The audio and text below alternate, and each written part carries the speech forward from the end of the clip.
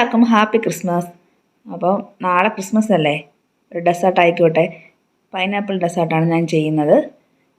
ഒരു full pineapple ഇല്ല, മുക്കാൽ വകയേ ഉള്ളൂ. ഇന്നലെ ഞാനും പിള്ളേരും കൂടെ ഉപ്പിട്ട് കഴിച്ചു കേട്ടോ. നല്ല ടേസ്റ്റാണ്. മാങ്ങ ആയാലും പഴുത്ത മാങ്ങ, പഴുത്ത കടച്ചയ്ക്ക എല്ലാം ഉപ്പിട്ട് കഴിക്കാൻ നല്ല ടേസ്റ്റല്ലേ.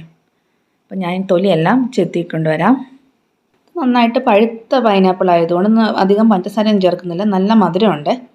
അതുകൊണ്ട് മധുരത്തിന് വേണ്ടി ഞാൻ പഞ്ചസാര അധികമായിട്ടൊന്നും ചേർക്കുന്നില്ല, വളരെ കുറച്ച് മാത്രമേ ഞാൻ ചേർക്കുന്നുള്ളൂ. അപ്പോൾ തൊലിയെല്ലാം ചെത്തി മാറ്റി കഴുകി വൃത്തിയാക്കിയിട്ട് ഞാനത് നെടുകെ മുറിച്ചു. എന്നിട്ട് ചെറിയ സ്ലൈസ് ആക്കിയിട്ട് പിന്നെ കുഞ്ഞു പീസാക്കി നമുക്ക് മുറിച്ചെടുക്കാം.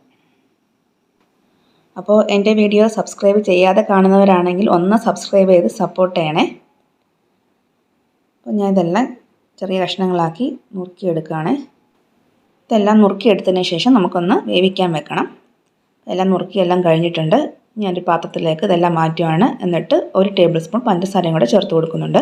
നന്നായിട്ട് ഇളക്കിയിട്ട് നമുക്കത് വേവിച്ചെടുക്കാം. അതിന് മുമ്പായിട്ട് ഞാൻ കുറച്ചെടുത്ത് മാറ്റി ഇതിനകത്തുനിന്ന് നമുക്കൊന്ന് ഡെക്കറേറ്റ് ചെയ്യാൻ വേണ്ടി പൈനാപ്പിൾ പൾപ്പ് ഉണ്ടാക്കണം.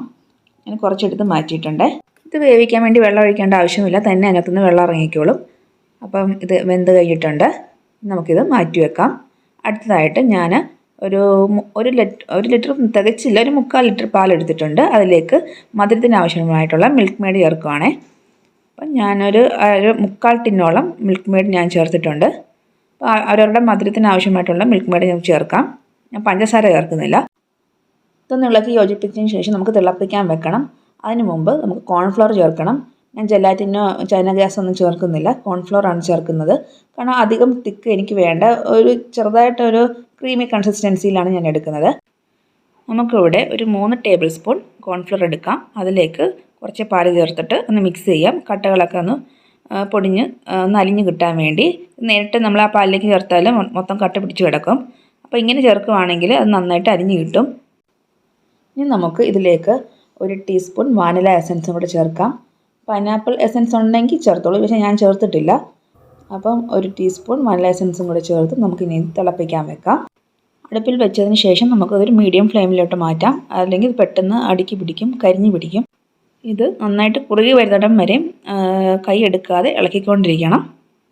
അപ്പം വേണ്ട ഈ പരുവത്തിൽ ഞാൻ തീ ഓഫ് ചെയ്തു. ഇതിൽ കുറുകണമെങ്കിൽ വേണമെങ്കിൽ കുറുകാം. ഞാനൊരു ക്രീമി കൺസിസ്റ്റൻസിയിലാണ് എടുക്കാൻ ഉദ്ദേശിക്കുന്നത്, അതുകൊണ്ട് ഈ പരുവത്തിലെടുത്തു.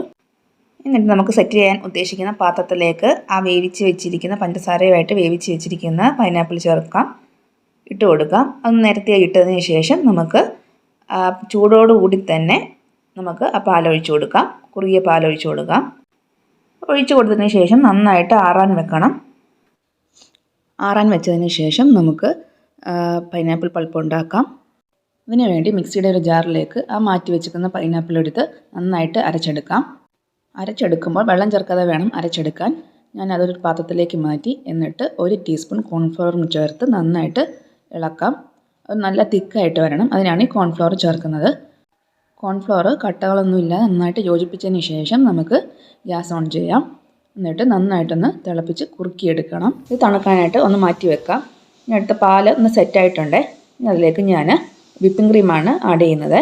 ഞാൻ പറയാൻ മറന്നുപോയൊരു കാര്യം, പൈനാപ്പിൾ എസൻസ് ചേർക്കുന്നവർ 2-3 ഡ്രോപ്സ് മാത്രമേ ചേർക്കാവുള്ളൂ. നന്നായിട്ട് സെറ്റായിട്ടില്ല, ഇത് ഫ്രീസറിൽ വെച്ചാലേ ഒന്നുകൂടി സെറ്റ് ആവത്തുള്ളൂ. അപ്പോൾ വിപ്പിംഗ് ക്രീം ഇത്രയേ എൻ്റെ കയ്യിലുണ്ടായിരുന്നുള്ളൂ. അപ്പോൾ നിങ്ങളുടെ കയ്യിലുണ്ടെങ്കിൽ മാത്രം ചേർത്താൽ മതി.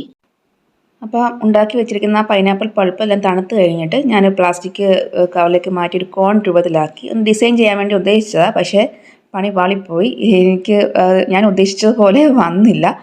അപ്പോൾ എന്തൊക്കെയോ ഒന്ന് കാട്ടിക്കൂട്ടി വെച്ചു. ഒരു കളർ കോമ്പിനേഷന് വേണ്ടി ഡ്രൈ സ്ട്രോബെറിയും കൂടെ ചേർത്ത് ഒന്ന് സെറ്റാക്കി വെച്ചു. എന്നിട്ട് ഇത് 2 മണിക്കൂറൊന്ന് ഫ്രീസറിൽ വെച്ച് ഒന്ന് നന്നായിട്ട് സെറ്റാക്കി എടുക്കണം. ഇത് ശരിക്കും ഒരു പുഡിംഗ് ടൈപ്പല്ല, ഒരു ക്രീമി ടെക്സ്ചർ ടൈപ്പാണേ. എനിക്കതാണ് കൂടുതൽ ഇഷ്ടം. അപ്പോൾ വീഡിയോ ഇഷ്ടപ്പെട്ടാൽ എല്ലാവരും ലൈക്ക് ചെയ്യണം, ഷെയർ ചെയ്യണം, കമൻറ്റ് ചെയ്യണം, സബ്സ്ക്രൈബ് ചെയ്യണം. അപ്പോൾ എല്ലാവർക്കും ഒരിക്കൽ കൂടി ഹാപ്പി ക്രിസ്മസ്.